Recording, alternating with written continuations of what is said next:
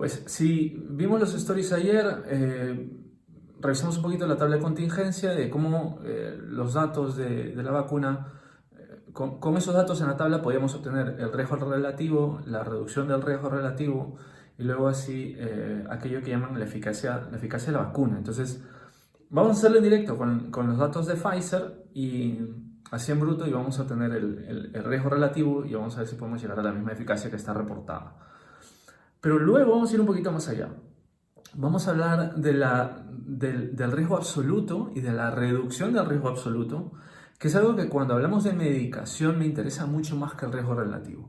No me interesa la reducción del riesgo relativo de la gente que toma la pastilla frente a los que toman el placebo o los que toman el estándar.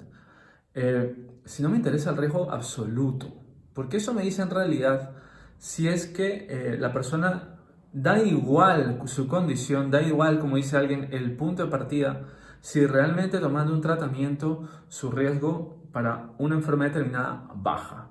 Vamos a poner un ejemplo. Alguien puede tomar estatinas, pero si no hace ejercicio, si no controla su tensión arterial, si no controla su diabetes, pues a lo mejor su riesgo de infarto no va a bajar. Entonces, los riesgos absolutos de las estatinas en prevención primaria son muy pequeñitos, la reducción del riesgo absoluto.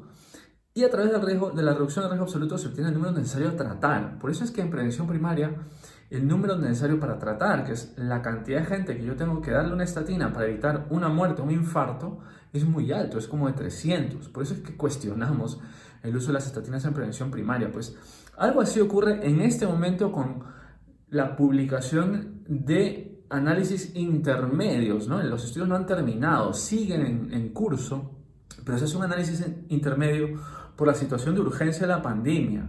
Entonces solamente vemos la reducción del riesgo relativo y por eso hay gente que critica la reducción del riesgo absoluto es muy pequeñito y por ende el número necesario para vacunar es muy grande. Entonces hay mucha gente que critica esto. Entonces lo que vamos a hacer al final es tratar de analizar por qué y qué es lo que tiene que pasar para que realmente veamos que ese número necesario para vacunar se haga más pequeño en el futuro, no ahora.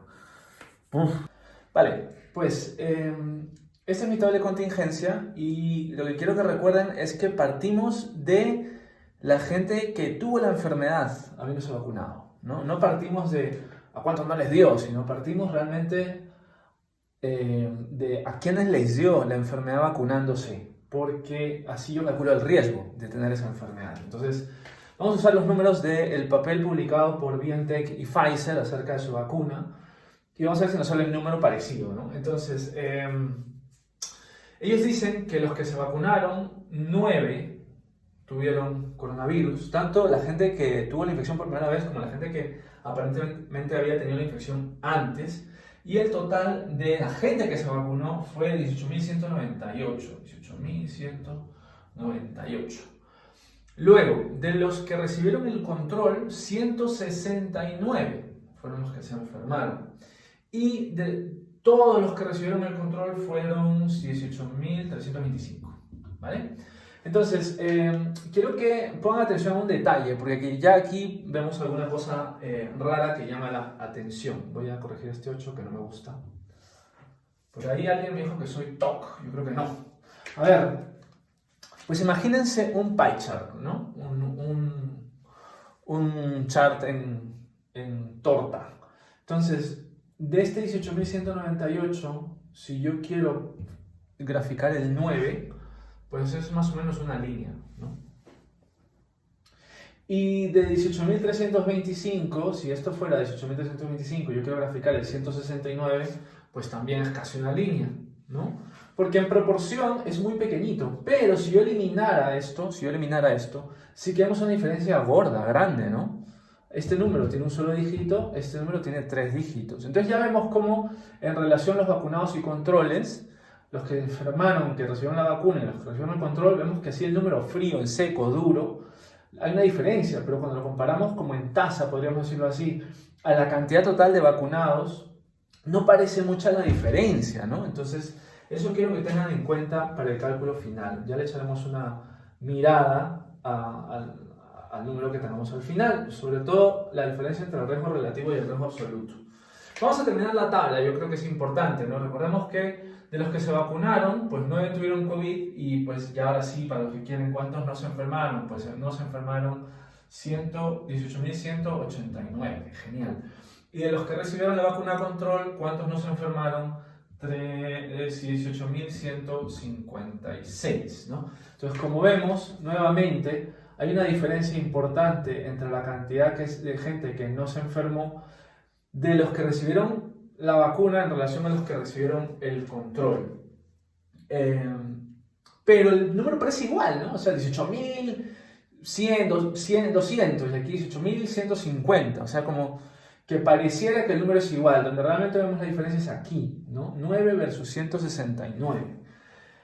Entonces, vamos a calcular los totales. Aquí en total son 178, aquí son 36.345, perdón.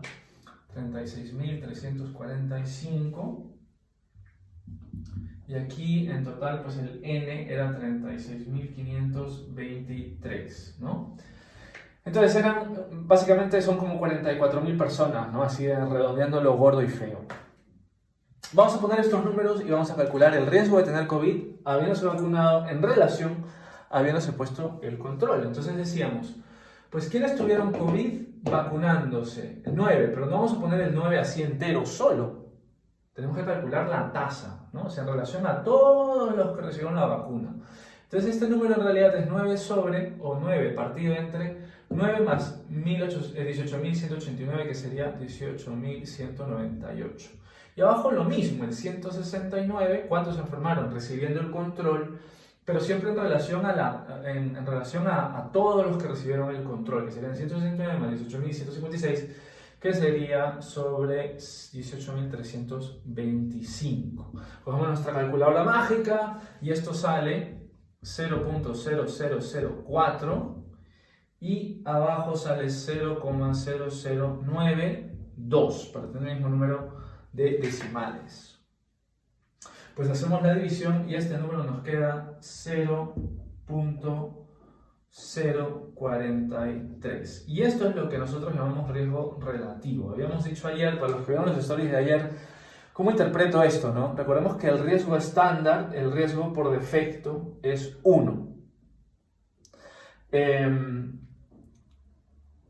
Si me sale menos de 1, aquí vemos que me sale menos de 1 y me sale muchísimo menos de 1 porque es 0.0, es que es un factor que me protege. El riesgo baja por debajo de 1. Si saliera más de 1, entonces sería un factor de riesgo, ¿no? Que era lo que decíamos que, por ejemplo, pasa con fumar, con tener una dieta poco saludable, entonces saldría más de 1, el odds ratio, ¿no? Que sería 2 veces el riesgo, 3 veces el riesgo, pero aquí 0,043 el riesgo. Entonces yo utilizo este número para calcular la reducción del riesgo, que sería reducción del riesgo relativo es igual a 1 menos este riesgo relativo 0.043, que me da 0,957, y entonces esto lo convierto en porcentaje, que sería 100 por 0.957, que es igual a 95.7%. Y esto es la eficacia de la vacuna. La reducción del riesgo relativo